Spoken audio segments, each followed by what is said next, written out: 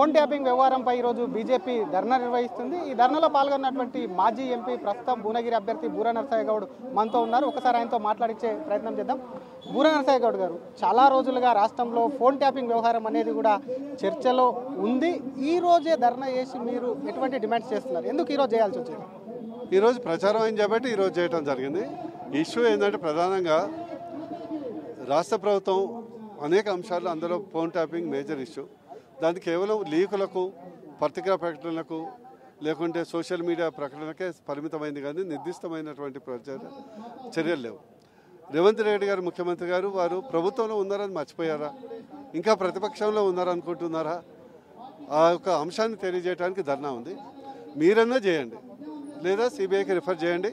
మీకు ఇబ్బందులు ఉంటే మీ రాజకీయ పార్టీ మీ యొక్క హైకమాండ్ ద్వారా మీకు చర్యలు తీసుకోవద్దని అలాంటి పరిమితులు విధించేదని మాకు వచ్చింది, సమాచారం వచ్చింది. కాబట్టి మీకు ఇబ్బంది ఉంటే సిబిఐకి రిఫర్ చేయండి.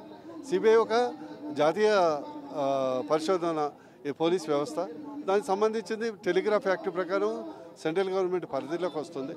దానికి నిజాలు తెలిసేసి చట్టబద్ధంగా ఎవరైతే బాధ్యులు ఉన్నారో వారి మీద చర్య తీసుకుంటారు.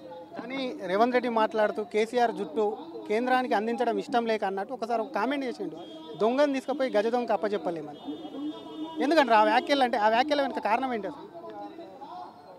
సాక్షాత్ ముఖ్యమంత్రి చేశారు కదా కామెంట్స్. వారు రేవంత్ రెడ్డిగా కాదు, ఇప్పుడు ముఖ్యమంత్రిగా ఉన్నారు. సిబిఐ ఎప్పుడైనా కూడా దొంగ తన మీద చర్య తీసుకోవాలని డిమాండ్ చేయడు కదా. అందుకొరకు ముఖ్యమంత్రి చేతులు మీరన్నా చేయండి, లేదా మీరు సిబిఐకి రిఫర్ చేయండి. సింపుల్, అందులో పెద్ద బ్రహ్మ పదార్థం ఏం లేదు. అందుకొరకు ఇది కేవలం ఒక రాజకీయాలకే సంబంధించి లేదు, ఆర్థిక సంబంధించింది ఉంది, సెటిల్మెంట్ ఉంది, ఆర్గనైజ్ క్రైమ్ కింద వస్తుంది, ఫ్యామిలీ ఇష్యూలకు సంబంధించి వస్తుంది. జడ్జీల మీద కూడా, న్యాయ వ్యవస్థ మీద కూడా ఒక ఫోన్ ట్యాపింగ్ జరిగిందని ఆరోపణలు వస్తున్నాయి. ఇవన్నీ వస్తున్నాయి. ఒక నేషనల్ ర్యాంబిక్వేషన్ ఉంది కాబట్టి సిబిఐకి రిఫర్ చేయాలని మేము డిమాండ్ చేస్తున్నాం. మరొకవైపు కేసీఆర్ ఇదే విషయం మీద మాట్లాడుతూ ఫోన్ ట్యాపింగ్ చేయమనాల్సిన అవసరం నాకేముంది, వాళ్ళ పని వాళ్ళు చేసుకుంటూ పోతారు, లంగల్ది దొంగల్ది చేస్తారని చెప్పి మాట్లాడిండు. కేసీఆర్ వ్యాఖ్యలు ఎట్లా? అదే కదా, లంగళ్ళు దొంగలు ఎవరు అనేది తెలియజేయడానికే కదా.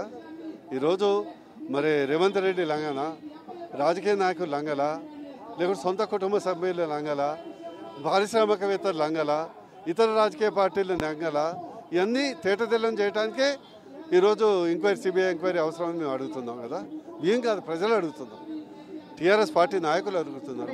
మీకు రాష్ట్ర సంస్థల మీద, అంటే ఇక్కడ ఉన్నటువంటి ఇన్వెస్టిగేషన్ ఇన్స్టిట్యూషన్ మీద నమ్మకం లేదా బీజేపీ వాళ్ళకి? ఇన్వెస్టిగేషన్ ఇన్స్టిట్యూషన్ ఇంతవరకు కేవలం పత్రికా ప్రకటనలకు పరిమితమైంది, కానీ ఇంతవరకు ఒక ఎఫ్ఐఆర్ నమోదైందా? సూత్రధారుల మీద ఏమైనా చర్యలు నమోదైనా? లేదు కదా. దాన్నే మేము డిమాండ్ చేస్తున్నాం. మీరు చేయండి, లేకుంటే సిబిఐకి ఎంక్వైరీకి అప్పగించండి. అది సిబిఐ మేము అడగలే కదా, ముఖ్యమంత్రి అడుగుతున్నాడు కదా. కానీ మీరు చూస్తుంటే మీ వ్యాఖ్యల్ని, మీ ఆర్గనైజింగ్ జనరల్ సెక్రటరీకి సంబంధించి బిఎల్ సంతోష్కి సంబంధించినటువంటి వ్యవహారం ఏదైతుందో దాన్ని సీరియస్గా తీసుకొని ప్రజలకు అనేక ఇష్యూస్ ఉన్నాయి, వాటిని డైవర్ట్ చేసేందుకే బీజేపీ ఫోన్ ట్యాపింగ్ వ్యవహారం కూడా ఒకటి చేస్తుందని చెప్పి చర్చ జరుగుతుంది. డైవర్ట్ చేయాలి, మేము కాదే ప్రభుత్వంలో ఉన్నది. మేము చట్టబద్ధంగా ఇది ఒక నేరం, ఫోన్ ట్యాపింగ్ అనేది ఒక నేరం, ఒక serious offence. Indian telegraphic act ప్రకారం రాష్ట్ర ప్రభుత్వాలు గతంలో రామకృష్ణ హెగ్డే ప్రభుత్వం కూడా కూలిపోవటం జరిగింది.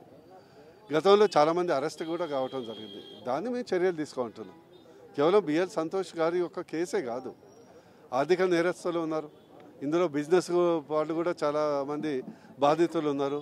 సాక్షాత్ ముఖ్యమంత్రి బాధితుడు కదా, ఇంకెవడో ఎందుకు? ఆయన ఓటుకు నోటు కేసు కూడా ఫోన్ ట్యాపింగ్ ద్వారానే జరిగిందని వారే చెప్పడం జరిగింది కదా. ఇవన్నీ తేటతెల్లమవుతుంది. ఎందుకంటే ఇలాంటిది పునరావృతం కావాలంటే చట్టపరమైన చర్యలు జరగాల్సింది.